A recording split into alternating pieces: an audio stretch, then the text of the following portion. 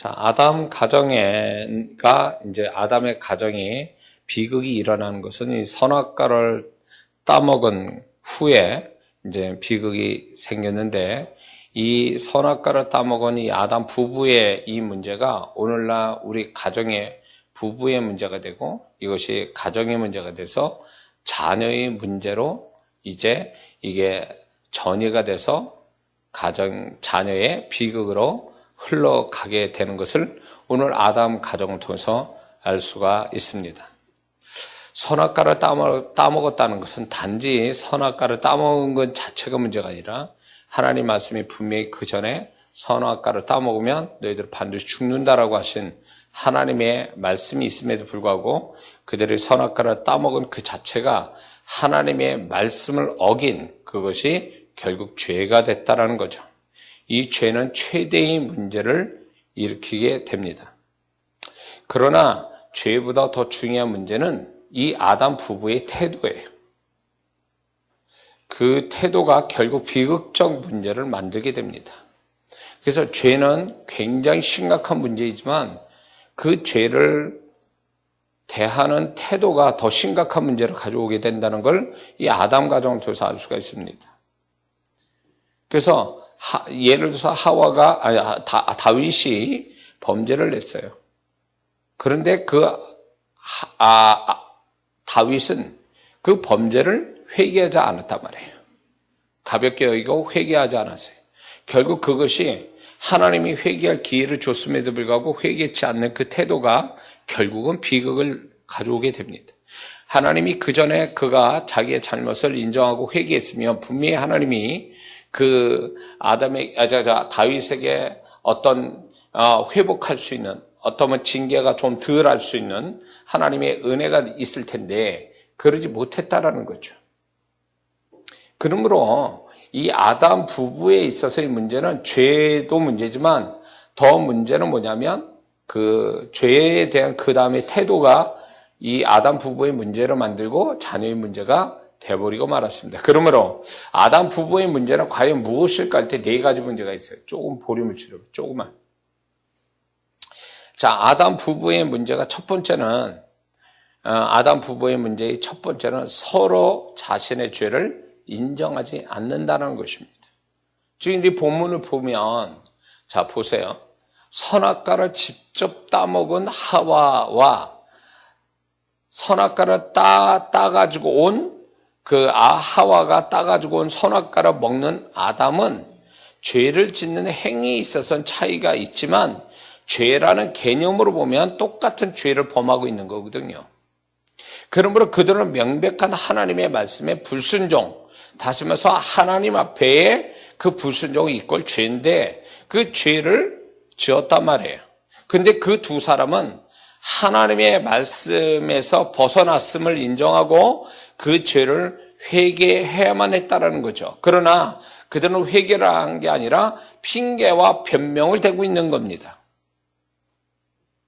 소위 말해서 이 두 사람은 동일한 죄를 범했음에도 불구하고 회개치 아니하는, 죄를 인정하지 않는 그 두 가지 공통점을 두 사람이 가지고 있는데 그 죄를 회개치 않는 그 태도가 결국은 이 부부의 심각한 문제를 가져오는 원인이 됐다는 거예요.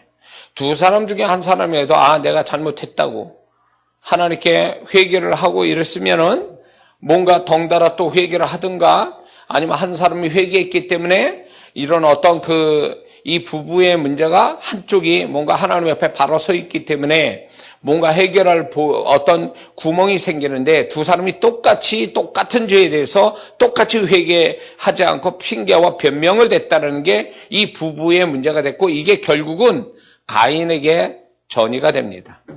어떻게 전이 되냐? 이게 가인이 하나님께 제사를 동생 아벨과 함께 제사를 드리는데 아벨의 제사는 받고 자기 제사를 안 받으니까 지금 자기가 잘못됐다는 걸 인정하지 않고 하나님이 내 걸 안 받아주셨다. 그리고 동생이 뭔가 얘가 자기보다 좀 낫다라는 거에 대한 불만이 터져 나온 거죠. 그걸로 인해서 동생 아벨을 죽입니다. 이게 누구한테 유전인자를 받았냐? 부모로부터 유전인자 받은 거예요. 아담과 하와가 하나님 앞에서도 죄를 인정하지 않는 이것이 결국 가인이 자기 잘못을 인정하지 않고 오히려 하나님 탓하고 동생 탓하는 그것이 비극을 몰고 왔다라는 거예요. 응? 그러므로 아담 하와의 문제가 결국 자식때 가서 크게 사건으로 나타나게 된 원인이 여기 있다는 것입니다. 진짜 이제 지금 여기 미혼자가 3명인데 이게 이제 앞으로 너희들도 이제 결혼하겠지만은 이게 에덴 동산에 벌어진 일은 오늘날 모든 것의 원형이에요. 모든 부정적인 가정과 부부 관계나 이런 것들에 대한 기준, 원형이 되는 사건이 되기 때문에 이 말씀을 잘 이해를 해야 된다는 거죠. 아담과 하와가 부부 사이가 안 좋아지는 것과 이 두 사람의 하나님 앞에 잘못된 태도가 자녀에서 비극적으로 극대화되어진 거예요. 그래서 오늘날에도 이 부부의 문제가 어떤 게 문제냐면 정말 두 사람이 하나님 앞에서 잘못된 것을 스스로 인정을 하면 두 사람의 문제는 더 이상 생길 수가 없어요.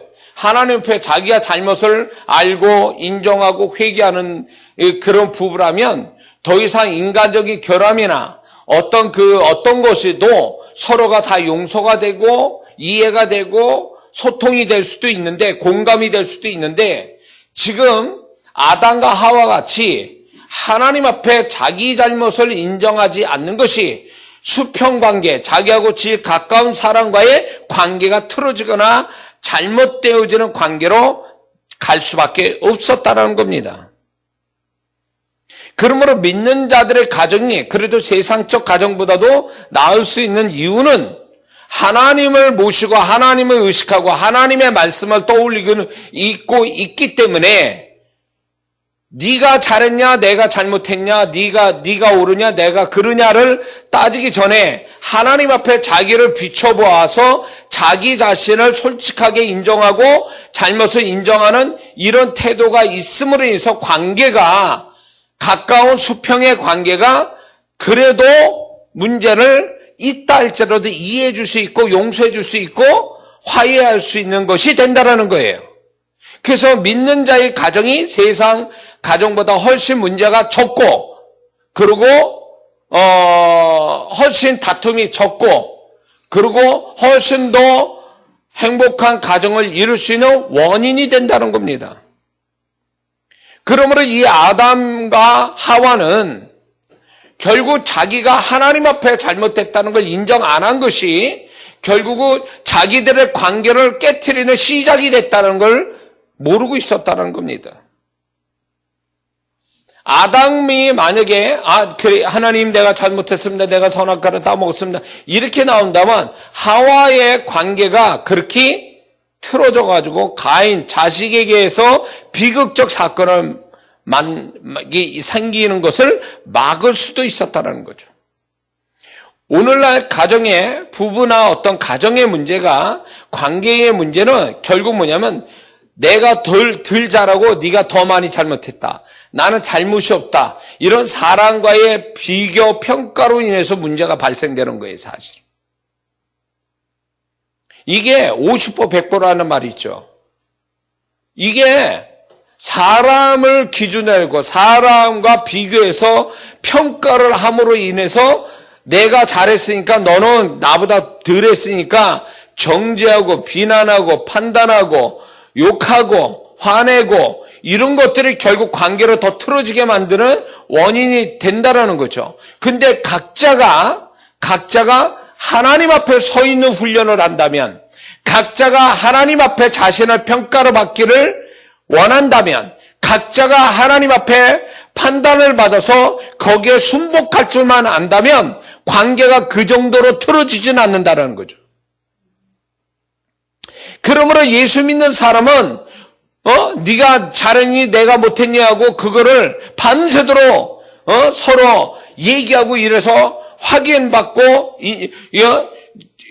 한 사람은 죄인이고 한 사람은 의인이고 그래서 용서해주고 용서받고 이런 식으로 관계가 되어지는 게 아니라 그 이전에 사람과의 관계가 되어지기 전에 하나님 앞에 자기를 비춰볼 줄 아는 사람이 관계도 훨씬 더 은혜롭게 축복되게 가질 수 있다라는 거죠. 아담의 가정의 문제는 아담과 하와가 서로가 하나님 앞에서 잘못됨을 인정 안 하는 데서부터 시작된 거예요. 잘못을 서로가 인정했으면 자녀에 의해서 이렇게 비극으로 나올 수는 없어요. 이게 아담과 하와의 잘못을 인정하지 않는 죄를 회개치 않는 이것이 자녀 때 가지고 뭘로 발생하냐면 이 자녀가 결국은 가인은 자기 잘못을 인정하지 않고 오히려 잘하고 있는 동생을 죽이는 그런 걸로 유전인자로 타고나고 거기에다가 부모가 서로가 하나님 옆에 바로 쓰는 게 아니라 서로 부부 사이가 누가 잘했니 못했니 이런 핑계와 변명 이런 것들로 살아왔기 때문에 가인이 그걸 보고 배운 거죠. 유전인자도 있는데다 분명히 자라온 환경 속에 그런 것들이 있었을 거라고 보는 거예요. 문제죠. 그래서 관계의 축복, 관계의 회복의 시작이 뭐냐 할 때에 저 사람이 나한테 말을 잘해주고 나한테 용서를 구했기 때문에가 아니라 하나님 앞에 자기 자신을 적나라하게 비춰보고 정직하고 솔직한 이런 태도, 잘못했으면 잘못한 걸로 이렇게 하나님 앞에서의 자기 존재를 비춰보는 이것이 모든 관계의 축복의 시작이라는 거죠. 좋은 사람이 있기 때문에 관계가 좋아지는 게 아니라 내가 하나님 앞에 바로 서니까 관계가 좋아진다는 거죠. 이해가 되세요? 내가 하나님 앞에 좋은 관계를 가지면 하나님께서 그 사람의 행위가 여호와를 기쁘시게 하면 그 원수라도 친구 되게 하신다 그랬거든요. 그 원수라도 화목해 한다라고 하나님이 약속 주셨거든요. 그러면 우리 스스로가 아담과 하와처럼 자신의 죄를 인정하지 않고 하나님 앞에서도 뻔뻔하게 핑계대고 변명되는 것이 결국 그것이 살아가는 사람들과의 관계가 틀어지게 되는 원인이 되는 거죠.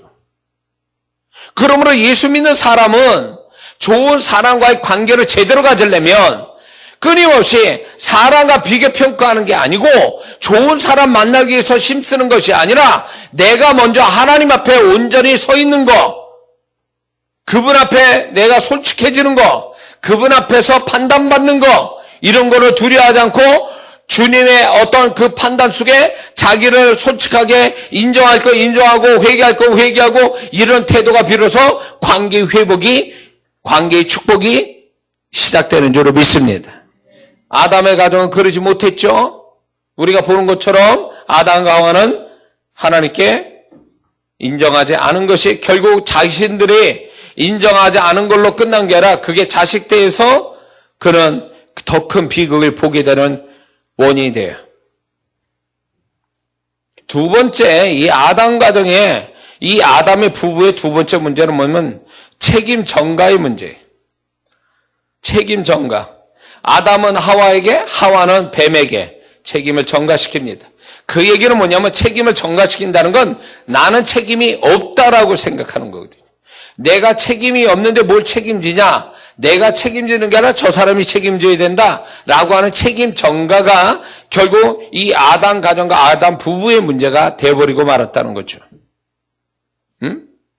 그렇다고 해서 이 사람들이 아담은 하와에게, 하와는 뱀에게 책임을 전가시켜서 하나님이 그 책임 전가시키는 거를 이해하시고 그리고 그거를 수용하셨냐? 아니요. 징계는 그대로 떨어졌어요. 그러니까 이거는 뭘 얘기하냐면 하나님은 책임 전가를 하는 누구 탓하는 것에 대해서 하나님은 그거를 절대로 용납을 안 한다는 거예요. 그거는 하나님 앞에 하나만한 얘기고 그거는 그래봤자 그건 헛수고라는 것을 이 본문에서 분명히 가르쳐주고 있는 거예요. 그러므로 우리가 이 관계를 가지고 가정이나 이런 가족들의 관계에 있어서 자꾸 누군가를 탓한다는 그 자체, 소위 말하면 나는 책임이 없고 이 책임은 저 사람에게 있습니다라고 전가시키는 것이 이게 올바르지 못하고 그렇게 하는 자체는 오히려 하나님의 오히려 징계를 불러들이고 하나님의 은혜를 못 받게 되는 원인이 된다는 걸 분명히 얘기해 주고 있는 거죠. 응? 오늘날 가정의 문제와 부부의 문제는 책임의식이 없는 데서 시작되는 겁니다. 남편은 아내를, 아내는 남편을 책임을 안 지려고 해요. 부모는 자식을, 자식은 부모를 책임지지 않는 책임의식이 없는 책임을 지지 않고 책임을 더 나가서 책임 전가를 하는 이것이 오늘날 가정의 문제요, 관계의 문제가 되고 만 거죠. 자신이 져야 할 책임도 남에게 전가시키고 자신은 책임 없다라는 무책임한 태도를 가진 것이 이게 심각한 오늘날 가정 속의 문제라는 거죠. 그래서 자신은 잘못이 없기 때문에 책임질 이유가 없다는 것이 상대방을 비난하고 판단하게 되는 근본적 원인이 됩니다. 누구를 비난한다, 우리 가족 간에 가까운 사람을 비난한다, 판단한다라는 그 배경은 뭐가 있냐면 내가 의롭다라는 얘기거든요. 내가 의롭고 그리고 나는 더 이상 그 부분에 책임질 일이 없기 때문에 나는 간단하게 가볍게 저 상대방을 판단하고 정죄하고 비난할 수 있다라는 그게 밑바닥에 깔려 있는 거예요. 근데 분명한 것은 가까이 부부의 문제는 49대 51이에요. 2% 책임이 더 있냐? 2% 책임이 덜하냐의 차이지 분명히 그것은 일정 부분의 책임을 서로가 가지고 있다라는 거죠. 그러므로 이 관계가 회복이 되는 것은 그 책임을 전가시키는 게 아니라 그 책임을 스스로 질 줄 아는 데서부터 관계의 회복이 되고 축복이 된다는 걸 우리는 깨달아야 될 줄 믿습니다. 지금 이렇게 아담과 하와가 책임 전가를 시키고 책임을 누군가 상대방의 탓을 돌려서 회복이 됐냐? 그게 축복이 됐냐? 절대 그렇지 않았다는 거예요. 여자는 여자대로 고통받고 남자는 남자대로 고통을 받습니다. 그렇기 때문에 책임을 전가시킨다는 것이 답이 아니에요. 세상은 그렇게 얘기하거든요. 자기는 빠져나가고 나머지 사람한테 전부 다 책임을 전가시켜서 욕하고 비난하고 판단하는 그 자체가 예수 믿는 사람한테는 하나님 앞에 전혀 통하지 않는 자세라는 거죠.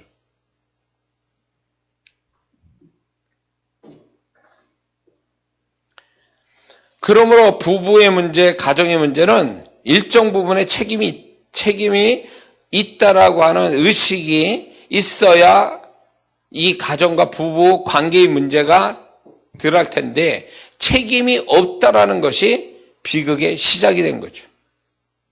비극의 시작이에요. 응? 그게 부부의 책임의 전가가 가인에게 나타난 거예요. 아들한테, 큰 아들한테 나타난 게 뭐였냐면, 가인에게 나타난 그게 뭐였냐면, 가인이, 내가 하나님께 잘못 드려서 그래. 내가 문제가 있어서 그래. 라는 자기에 대한 책임으로 돌리는 게 아니었다라는 거예요. 그걸 돌렸으면 문제는 이런 문제가 안 생기죠. 근데 자기 책임으로 돌린 게 아니라 그 책임을 동생한테 돌리고 하나님께 돌리고 있는 거예요. 책임 전가를 시키는 거죠. 그러니까 가인이 정말 극단적인 어떤 행동을 취하게 되죠. 이게 어디서부터 거슬러 가냐면 그 부모 아담과 하와에게서 받은 유전인자예요. 응? 책임 전가하는 거. 그게 가인에게서 확대된 것뿐이에요. 유전인자가 그렇다 할지라도 이런 게 있어요. 환경적으로 좋은 환경에 자라면 그 위험한 유전인자도 나타나지 않을 수 있다는 거죠. 그게 한 예로 보면 그 외국에 입양되는 아이들, 한국에서 외국에 입양이 된 사람들 중에 한때 신문에도 나왔던 프랑스의 재무장관이 되고 무슨 장관이 되고 그런 경우 있죠. 저 노르웨이나 이런 쪽에 유명한 또 사람이 되어지고 그 사람들이 결국은 그게 어느 부모에게서 태어난지 몰라도 오죽하면 버리는 자식이 됐겠냐 그거예요. 버릴 수밖에 없는 자식이 됐다는 건 두 가지가 하나겠죠. 부모가 가난하거나 자식에 대한 책임을 안 지거나 그런 부모가 자식을 버렸겠죠. 그러면 그런 자식인데 그런 사람이 좋은 환경 속에 자라다 보니까 훌륭한 사람이 된 거예요, 사실은. 어떻게 보면 부모가 못된 부모 밑에서 훌륭한 아들이 나오는 거죠. 훌륭한 사람이. 그거는 후천적 환경이 그만큼 중요함을 또 얘기해 주는데 이 아담과 하와가 안 좋은 유전인자를 자식한테 물려주는 것도 문제인데 문제는 뭐냐면 이 아담과 하와가 아마 서로 투닥거리고 살았는지도 몰라요. 네 책임이다. 네가 문제야. 뭐 이렇게 했기 때문에 가인이 그걸 보고 배운 건지도 모르는 거예요. 이게 유전인자만 가지고 그럴 수는 없어요.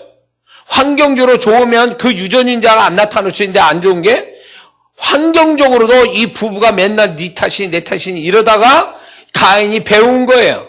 그래서 자기가 잘못된 걸 인정 안 하고 하나님과 동생 탓하다가 사건이 일어난 거죠.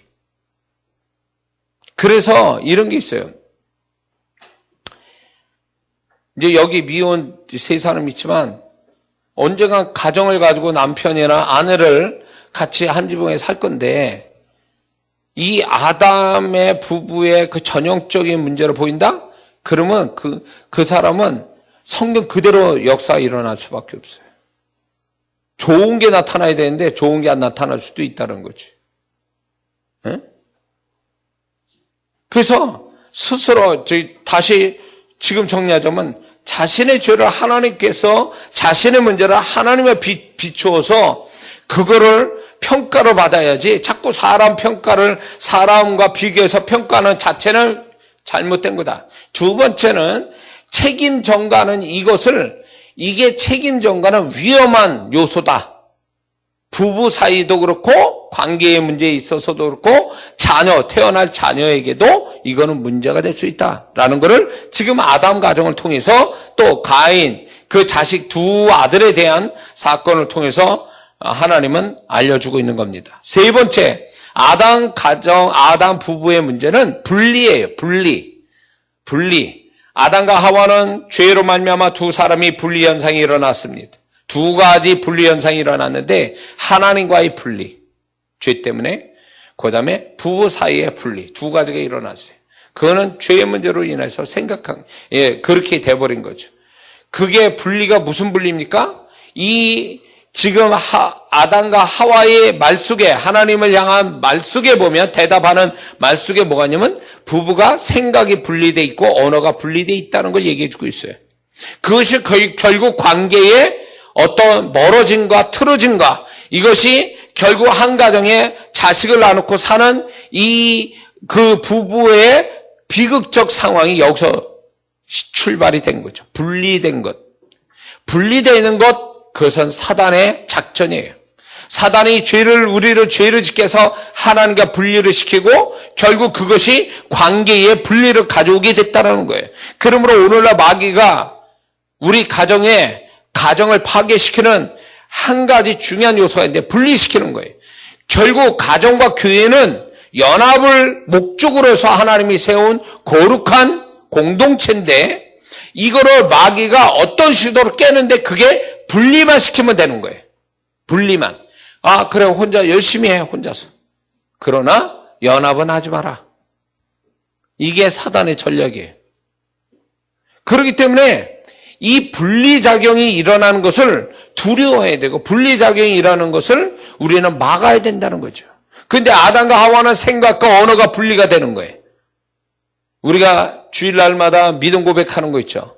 한 마음으로 한 뜻으로 한 가지 말을 같이 하는 거. 이게 엄청난 역사예요. 이게 같은 말 교회 믿음 고백 자신의 믿음 고백 이게 동일하게 늘 하잖아요. 같이. 이게 엄청난 연합을 가져오는 거야. 연합의 축복이 연합의 능력이 대단한 걸 구약에서도 이렇게 표현하자. 한 사람이 1,000을 죽고 두 사람이 10,000을 쫓는다. 5배의 역사가 온다는 거야. 둘이 하면은 두 사람이 신약에서도 두 사람이 합심하여 땅에서 기도하면 하늘에 계신 아버지께서 이루신다. 이 두 사람의 합심이라는 것은 엄청난 역사를 가져온다는 걸 하나님이, 주님이 말씀해 주고 있죠. 그러므로 이게 관계나 모든 공동체의 축복은 뭘로 오냐? 열정 가지고 오는 게 아니라 가장 기본이 되는 요소는 연합이에요. 연합. 연합을 위해서 하나님이 가정도 주신 거고 연합을 위해서 교회라는 공동체를 주신 거예요. 근데 마귀는 비집고 들어와서 분리시키는 거죠. 마음을 분리시켜, 생각을 분리시켜, 언어를 분리시켜. 이 분리작용이 일어나는 것은 이게 결국 관계를 깨트리는 하나의 중요한 요소가 된다는 거죠. 그래서 이런 게 있어요. 관계가 틀어지고 뭔가 자꾸 문제가 생기면 이거 축기해 보세요. 예수의 이름으로 명하노니 우리 사이에 관계를 깨트리는 분리의 영, 분열의 영, 다툼의 영은 예수의 이름으로 떠나가라. 이거 해봐요. 그러면 영적으로 민감한 사람이면 자기가 그 귀신의 역사가 있다는 걸 몸으로 스스로 느끼게 될 거예요. 그럼 그게 정답이에요. 그러므로 분리가 일어나는 것은 결코 하나님 뜻이 아니에요. 하나님은 연합을 원하지 분리를 원하는 게 아니에요. 근데 지금 이 아담, 하와의 이 부부의 문제는 심각한 거는 분리가 일어났다는 거예요. 생각의 분리, 언어의 분리. 그래서 이런 분리를 이게 더 넓은 분리가 되지 않게 해서, 더 멀어진 분리가 되지 않게 해서 중요한 게 그 뭐냐면 끝없는 대화예요. 서로 소통과 공감을 이룰 수 있는 대화예요. 대화. 이 대화를 끝없이 하고 대화의 기술을 가지고 대화하고 그게 공감과 소통이 이루어질 때까지, 소통과 공감이 이루어질 때까지 대화하는 것이 분리를 막는 비결이에요. 근데 우리 한국 사람은 끝없는 대화를 못하죠. 몇 마디만 하면 주먹에 나오고 그 주먹이 안 되면 고소를 하는 거예요. 그래서 우리나라에 변호사들이 많아진다는 거는 그만큼 싸우는 사람이 많다는 뜻이거든. 미국이 변호사가 그렇게 많은 거는 그게 뭘 반증하냐면 다툼이 많다는 얘기죠. 근데 우리나라도 점점 다툼이 많아지기 시작했어. 고소장이 너무 많이 들어가고 검사, 변호사들, 판사가 지금 정신없어요. 너무 과거보다도 분리작용, 분열, 다툼이 많으니까. 그게 지금 이 아담 가정에 지금 일어나고 있는 거죠. 이 분리가 어디서 나냐? 가인에게서 비극적으로 나타나요. 부부의 분리가 부부로서 끝난 게 아니라 자녀에서 나타났다는 거예요. 가인이 아벨과의 생각과 언어의 행위의 차이가 생김으로 인하여 분리가 일어나고 결국 그 분리가 죽음을 가져온 거죠. 죽음을 어떤 엄청난 죄를 그것에 치르죠. 가족살인 위험한 거죠. 근데 이 분리가 서로가 연합을 가졌으면 에덴 동산에 있을 건데 지금 두 사람의 분리가 뭘 가져왔냐면 두 사람의 관계에 문제만 생긴 게 아니라 축복된 장소에서 쫓겨나는 분리가 돼요. 드디어 이 두 사람 죄 때문에 에덴에서 쫓겨납니다. 두 사람이. 드디어 에덴에 못 들어오고 에덴에서 쫓겨나는 에덴에서로부터의 분리가 일어나요. 자, 부부 사이가 관계의 분리가 관계의 틀어짐이 된 것도 모자라서 두 사람이 있는 축복의 땅에서 버림당하는 분리가 돼버리는 비극이 여기서 오는 거예요. 그래서 이 분리작용은 누구도 축복되지 못해요. 누구도 축복되지 못해요. 여기 이혼한 부부가 없어지니까 마음껏 얘기해야지. 이게요, 이혼을 한다, 별거하고 이혼한다 할 때 이혼이나 별거나 별거 차이 아닌 것 같죠? 내가 그런 얘기를 했어요. 이혼은 하지 마라. 계약서에 이혼 도장 찍으면 그날로부터 분리는 영적인 세계에서 엄청난 분리 역사가 일어나는 거야. 종이 쪽지에 도장 하나 찍은 거 이혼 서류에 이게 별거 아닌 것 같아도 영의 세계는 엄청난 변화가 오거든요. 예? 차라리 이혼하지 말고 별거 해라. 별거. 별거를 하라고 그랬어요. 별거. 그걸 내가 아주 진짜 어마어마하게 강조한 부부가 있어요. 하여튼 별거 해라. 별거. 이혼은 하지 말고. 이혼하면 다 망한다 그랬어요. 다 망한다 지금. 다 망한다. 별거를 해라. 별거. 별거를 했더니 사단이 이 가정을 다 뒤집어 버리려고, 다 분열시켜 다 죽이려고 했던 게 별거를 잠깐 하고 있다가 합쳐지니까 시너지, 이제 연합의 축복이 온 거죠. 응? 마귀는 끊임없이 분리를 일으키려고 그래. 분리. 어떤 식으로 분리해? 언어의 분리. 근데 생각의 분리는 사단은 못 읽어요. 근데 언어 분리, 행위의 분리는 읽어낼 수 있거든요. 그래서 그것이 결국 분리는 어디까지 가냐? 관계 틀어짐에서 끝나는 게 아니라 두 사람이 연합에서 오는 축복을 놓칠 뿐만 아니라 두 사람의 능력도 소멸시킬 뿐만 아니라 현장에서, 축복의 현장에서 떠나가게 만들어요. 에덴에서 쫓겨났잖아요. 이 분리가 비극을 가져오는데 에덴에서 쫓겨나는 분리가 되는 역사만 가져온 게 아니라 드디어 부모 자식의 분리가 일어나고 형과 동생의 분리가 일어나요. 엄청난 거죠. 엄청난 거죠. 이게 아담 부부로부터 시작해서 나타난 현상이에요. 아담 부부로부터. 그래서 저는 항상 이런 생각해요. 자식이 잘못되는 거 반은 부모 책임이다. 그래서 부모는 자식을 가진 죄인이라는 거예요. 자식이 있음으로 인해서 죄인이 되는 거예요. 보이지 않는 자신의 죄가 자식을 통해서 나타난 것뿐이에요. 아담 부부의 죄가, 아담 부부의 문제가 가인과 아벨에게서 드러났어요. 굉장히 무서운 얘기예요. 굉장히 무서운 얘기. 응? 이런 거 있죠. 여기엔 또 그런 사람 없으니까 마음껏 얘기할 수 있어요. 술 주정뱅이 아버지 밑에 그 딸은요, 시집을 안 가려고 그래요. 왜 그럴까요? 아버지 통해서 남자 상을 보는 거예요. 그리고 안 가려고 하는 딸이 하나 있고, 가고는 싶은데 아버지, 아빠 같은 사람을 만나고 싶지 않아서 골랐는데 나중에 보니까 그 남자가 아버지 닮았더라. 알코올 중독자더라. 그 자기 남편도. 왜 그럴까요?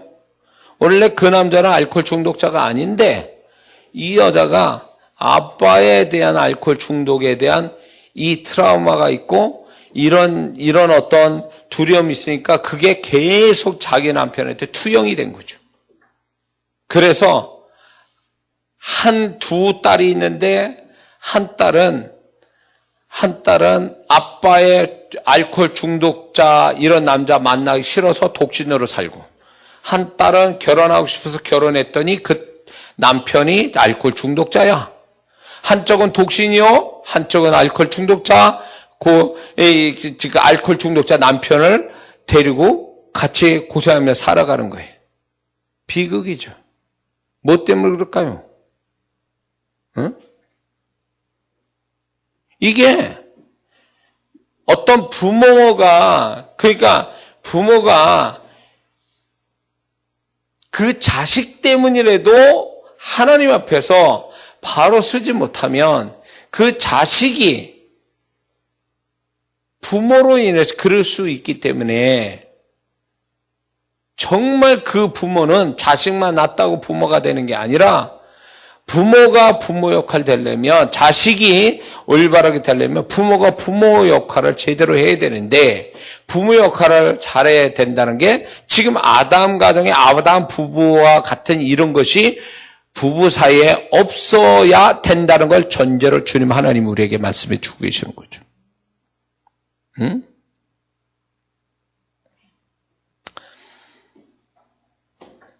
우리 아버님이, 천국에 계신 우리 아버님이 좀 귀가 간지러우셔도 어쩔 수 없어요.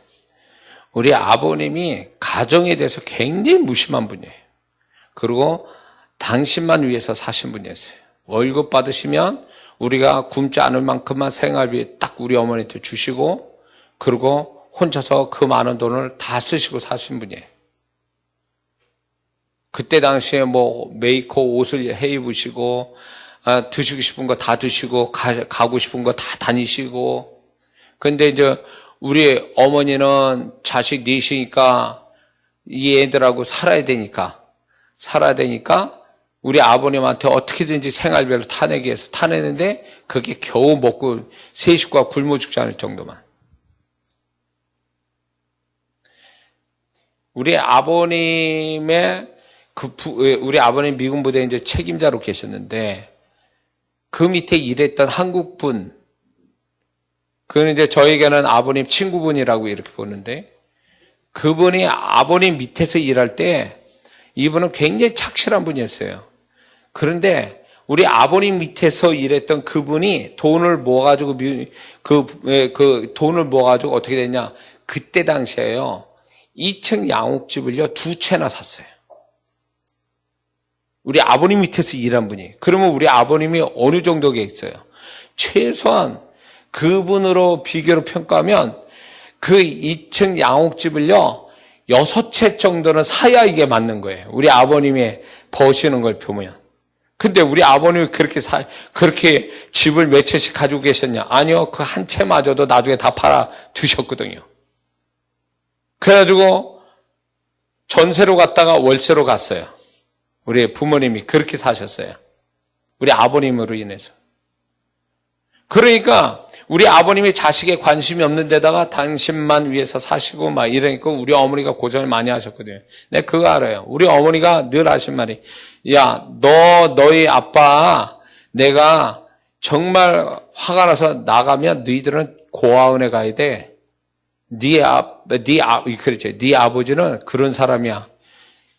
근데 내가 장남으로서 보니까 우리 아버님이 그런 분이에요. 자식에 관심 없는 분이에요. 우리 어머니 나가시면 진짜 우리 4명을 고아원에 보낼 뿐이에요. 그렇게 좀 독하신 분이에요. 굉장히 현실 감각도 없는 데다가 이기적이시고, 그런 속에서 장남이 나는 굉장히 갈등이 많았죠. 왜 그러실까? 교회 다니시면서 굉장히 갈등을 가지고 살았어요. 거기서 그 마음에 뭐가 싹 든 줄 아세요? 남자가 바로 못 쓰면 집안이 이꼴되는구나. 이게 제 머릿속에 박힌 거예요. 우리 막내 남동생도 저하고 비슷한 사고방식을 가지고 있었던 거예요. 근데 그게 지금 생각하면 굉장히 긍정성으로 바뀐 거예요. 잘못된 부모 상에서 부정적으로 바뀐 자식이 있는가 하면 긍정적으로 바뀐 자식이 있거든요. 알코올 중독자 아버지 밑에서 술을 입에도 안 대는 자식이 생기는가 하면 아버지와 똑같은 알코올 중독자 생기는 것과 똑같아요. 긍정과 부정이 있는데 저는 하나님의 은혜로 긍정으로 바뀌었어요. 그래가지고 우리 아버님이 뭐였냐면, 집안의 남자가, 아버지가 잘못되면 집안 꼴이 말이 아니구나. 가정을 책임지지 않는 가장은 결국 처자식을 진짜 괴롭히는 일이 되는구나. 그게 머리에 공식적으로 박혔어요. 그러다 보니까 저나 우리 남동생은요, 얼마나 가정적인지 몰라요. 얼마나 가정적인지 몰라요. 에? 그러니까 가정을 돌보는데 진짜 제가 진짜 이 집안에 제가 하도 집회를 이렇게 막 무섭게 하고 막 카리스마 있게 하니까, 그럴 때 박 목사가 신학교를 갔더니 거기 신학교에 저한테 은혜 받는 분이 계셨는데, 박 목사한테 와가지고 그러더래. 어떻게 저런 목사님하고 사냐고, 안 됐다고. 저렇게 무서운 분하고 어떻게 사냐는 거예요. 그러면서 그분만 얘기한 게 아니라 여러 명이 그런 얘기 했어요. 목사님이 집에 가시면, 야, 물 떠와. 반말하면서 물 떠와. 이거 해, 저거 해, 막. 이런 걸로 알았다는 거예요. 그게 숨소리도 못 내고 사신다는 거를, 이제 그런 거를 인식을 하고 있었던 거예요. 나는 너무 억울하지. 내가 그런 사람이 아닌데.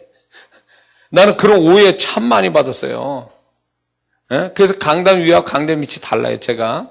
근데 굉장히 저는 가정적이에요. 지금 제가 요리도 하고 막 즐거워하고 요리 즐거워하고 집안 이렇게 꾸미는 거나 그다음에 청소하는 거나 이런 걸 굉장히 좋아하는 타입이에요, 제가. 그냥 안 믿어요, 제가 그렇게 한다면.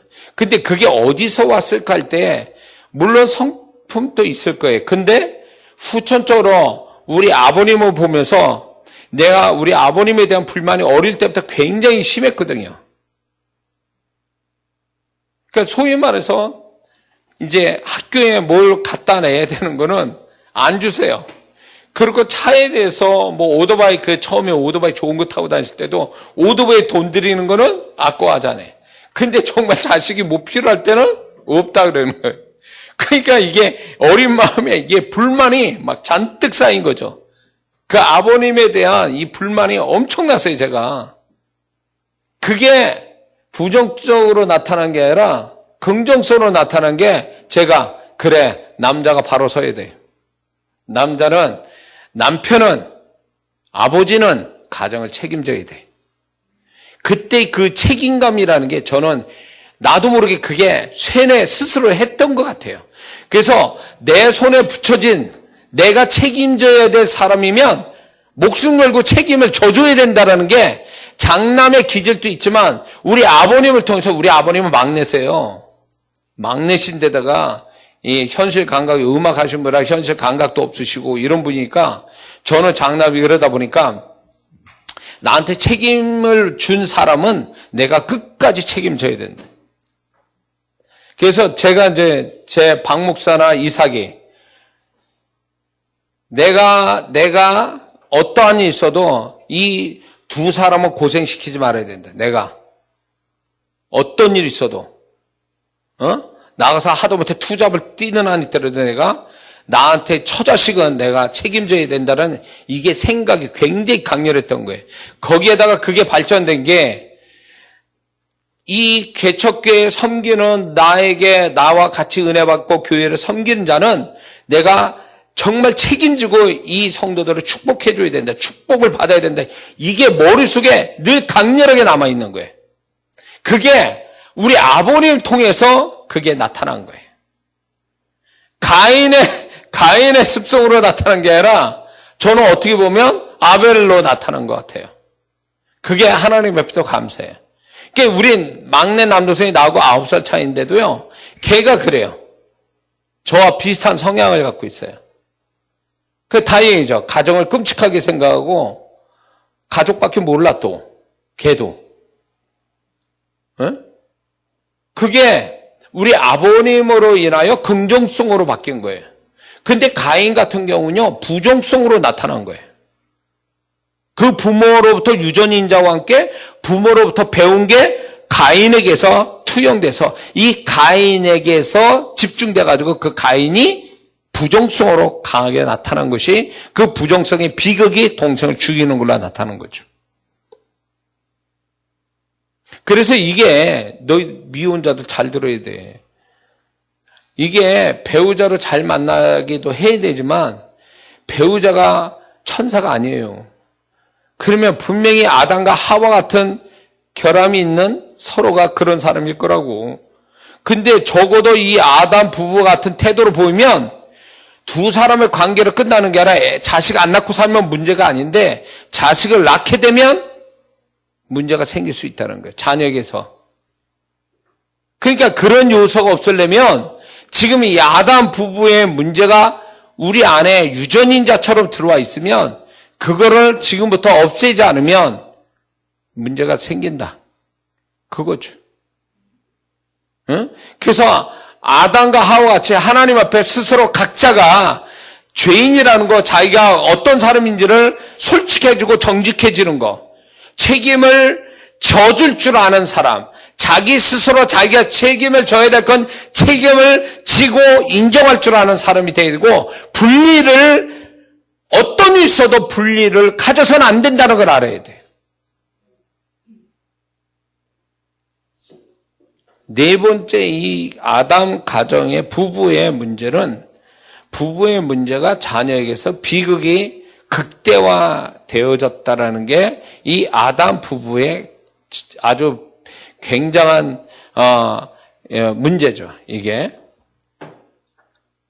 이 가인은 자기 동생을 죽입니다. 아벨을 죽이는데 죽인 배경이 자기 제사나 하나님이 받으시지 않고 동생 아벨만 제사를 받으신 것이 원인이 됐어요. 근데 가인은 자신은 문제가 없는데 안 받으시는 하나님, 또 동생이 자기보다 잘한다는 것이 문제라고 인식하고 있는 거죠. 이것이 책임 전가거든요. 책임 전가의 모습을 보인 것이 부모 유전인자고, 그 부모의 유전인자니까 결국 가인 안에서 역사에서 동생을 죽이게 됩니다. 상대가 잘됨을 박수 쳐주는 게 아니라 자신의 도전과 긍정적 자극으로 받아들이는 게 아니라 너 때문에 내가 잘못됐어 라고 하는 상대적 어떤 스스로 너 때문에 내가 잘못됐어, 상대적 피해 의식 같은 게 가인 안에 들어가 있었던 거예요. 피해 의식. 피해 의식은 이거예요. 내가 손해보고 있다 이라는 게 피해 의식이거든요. 그러면 잘 들어보세요. 아담은 하와에게, 하와는 뱀에게 책임을 전가시키는데 그 밑바닥이 뭔지 아세요? 그게 바로 이런 거예요. 나는 잘못이 없다라는 거지. 너 때문에 내가 손해봤다라는 거야. 너 때문에 내가 피해를 봤다라는 이 의식이 깔려져 있는 거예요. 나는 아무 잘못 없어요. 여자가 지금 나한테 그렇게 한 거예요. 여자는 또 나는 잘못이 없고 뱀이 그랬어요 라고 하는 것은 내가 손해보고 있다. 나는 피해를 입은 자다. 피해자 코스프레를 하고 있는 거죠. 이것이 결국 사건을 만들고 있는 거예요. 그래서 오늘날 사회에서도 사회적 무리를 일으키는 사람의 기질이 뭐가 있냐면 그 기질 중에 하나가 뭐냐면 피해의식이에요. 망상, 정신병 이런 것도 있지만 그 보통 사람들에게서 문제를 일으키는 그 심리적 잘못된 것 중에 하나가 뭐냐면 피해의식이야. 난 손해보고 있는데? 그래가지고 이걸로 말로 잘 풀 수도 있고 하다못해 진짜 바카스 한 병 주고 오고 가고 이래서 해결될 거를요. 법원 가고 주먹질하고 살인하고 이게 뭔지 아세요? 시작이 뭐냐면 나는 너 때문에 피해를 많이 봤어. 이 피해의식이 결국은 엄청난 비극을 가져오는 거거든요. 이 피해의식이 어디에서 유전인자예요? 가인의 피해의식은 결국 부모로부터의 유전인자예요.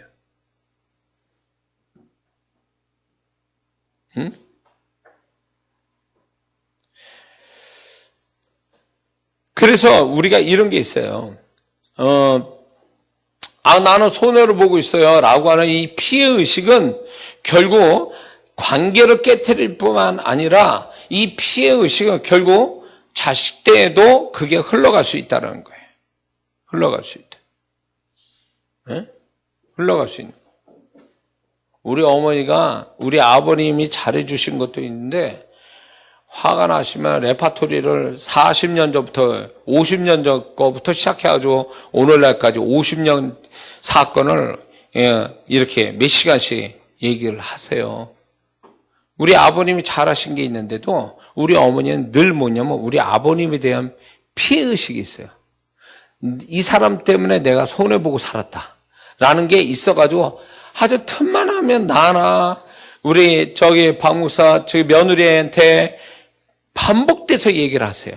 그러니까 여동생 둘은요 못 견뎌해요. 그러니까 그만하라고 막 짜증을 내. 그러니까 우리 어머니가 딸들한테는 얘기 못하고 며느리하고 큰아들한테는 얘기해.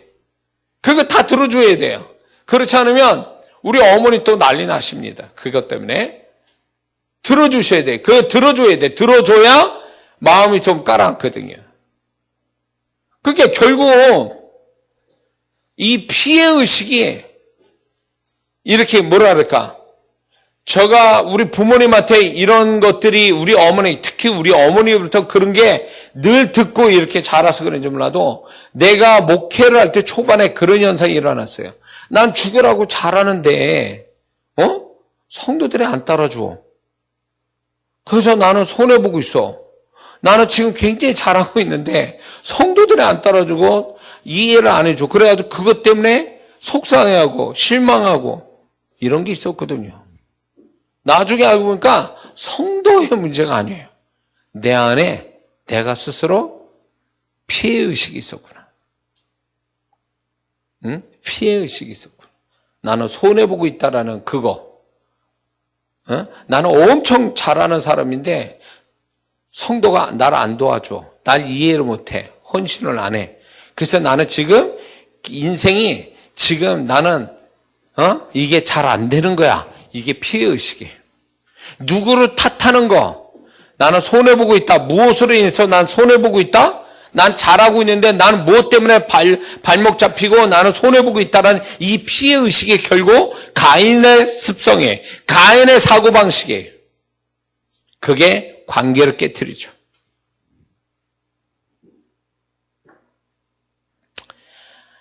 제 박 목사하고 이렇게 결혼 생활 이렇게 하면서 참 그 어느 부부나 다 위기가 있는데 위기가 있었어요. 목회도 안 되죠. 자식도 없지. 재정은 어렵지. 부모님은 이혼하신다고 난리 치시지. 이게 사방이 벽인 거예요. 근데 부부 사이도 안 좋죠. 말이 안 통하죠. 그 부부 싸움을 어떻게 하다 보면 나는 박 목사 때문에 내 인생이 지금 될 것이 안 된다. 박 목사는 당신 때문에 내가 너무 힘들다. 당신 때문에 내가 지금 손해보고 있다. 이런 말들이 비슷하게 나오니까 서로가 피해자인 거예요. 서로가 손해보고 있는 거예요. 이런 속에 있으니까 조금만 뭐가 문제가 생겨도 마음 상하고 다투어요. 이게 저 사람 때문에 내가 잘 되고 있고 저 사람 때문에 내가 도움받고 저 사람 때문에 내가 좀 더 나았다라는 생각이 아니고 저 사람 때문에 지금 내가 내 인생과 나라는 사람이 지금 손해보고 있어. 이런 의식이 딱 들어가니까 조그만 문제에도 막 싸우는 거예요. 못 견디는 거예요. 정말 그게요. 결혼하고 10년쯤 되니까 그런 현상이 일어나더만요. 적어도 7년에서 10년 사이에 굉장한 위기감이 있었어요. 그때. 너무너무 힘들었어요. 내가 목사인데 또 아내가 사모인데 왜 이렇게 될 수밖에 없을까? 이런 게 막 밀려 들어오니까 여러 가지 문제, 심각한 문제, 질 심각한 문제가 된 거예요. 내 질 가까이인 사람이 가장 훌륭한 동역자가 이러니까. 근데 결국은 제가 이 설교를 준비하면서 결국은 이거였어요. 내가 하나님 앞에 바로 쓰지 못하고 자꾸 사랑과 비교, 내 아내와 비교하는 그것부터 출발이 되니까 끝도 없는 거예요. 정답이 없는 거예요. 그리고 결국은 내가 어떤 의롭다함과 플러스 반대적 또 피해의식, 이런 게 막 번복이 되니까 이게 결국은 관계를 깨트리는 원인이 됐다는 거예요. 그러면서 내 가까이 나를 돕고 나와 평생 같이 할 아내가 이 정도면 내가 누구랑 무엇을 하겠냐? 이런 생각이 드는 거죠.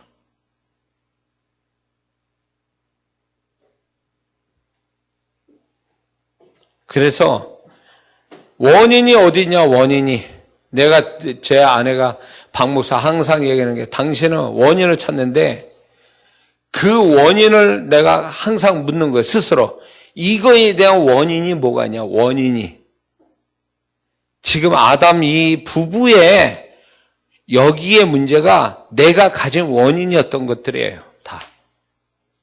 원인이었던 거예요. 자신만 빼놓고. 그래서 이게 내가 어떤 상대방이 문제가 많아서 문제가 된 게 아니라 내가 하나님과 나 스스로의 나를 보지 못하는 데서 온 비극의 문제였던 거죠. 그거를 극복하고 이게 상황이 좋아져서 부부 사이가 좋아진 게 아니었어요. 저희는 부부 사이가 그러니까 상황이 좋아져서 부부 사이가 좋아진 게 아니라 생각을 제가 처음부터 다시 시작한 거예요. 왜 이렇게 됐을까 내가? 왜 우리 사이에 이렇게 됐을까를 근본적인 것부터 다시 뒤지기 시작한 거였어요. 그래서 내가 원인을 찾으니까 그 원인을 찾은 거 가지고 제 아내한테 얘기하니까 제 아내가 비로소 나는 가르치려는 것이 아니라 내가 스스로 내가 발견된 원인을 얘기하니까 제 아내도 동의하고 제 아내도 스스로 나와 같은 과정을 겪으면서 사이가 좋아지니까 어떤 상황적으로 낮은 건 없어도 결국은 그것이 서로의 관계가 회복되어져서 상황이 좋아지니까 그게 더 좋은 어떤 결과를 더 가져오게 되는 것이 됐다라는 거죠. 상황이 아무리 좋으면 뭐합니까? 두 사람의 질 가까운 사람이 이게 하나님 앞에 안 서 있고 또 서로 책임을 안 져주고 분리가 일어나는데 뭐가 거기에 무슨 좋은 일이 있었겠냐 그 얘기죠. 그러므로 이제 말씀을 끝을 내자면 우리 모두가 또 지금 이제 결혼 언젠가는 할 세 사람, 우리 또 가운시점 되는 부부, 저 이렇게 볼 때에 우리가 아담 부부의 어떤 인자를 가질 수도 있어요, 지금. 그 인자를 스스로 무언가를 찾아봐서 정말 그게 나한테도 있다라면 누구 옆 사람 비교 평가해가지고 그게 아니라 내가 스스로 나 자신을 하나님 앞에서 진단을 해서 나를 솔직하게 인정하는 것이 모든 관계의 회복과 축복을 가져오는 시작이고 그것이 하나님이 우리에게 바라시는 모습인 줄 믿습니다. 그리고 아담 부부의 위기와 문제가 우리 안에 발생되지 않도록 하나님은 지금 이 사건을 통해서 우리에게 교훈하시고 또 우리의 안에 있는 아담 부부의 인자를 버리게 하시는 어떤 하나님의 메시지가 있는 줄 믿습니다. 기도하겠습니다.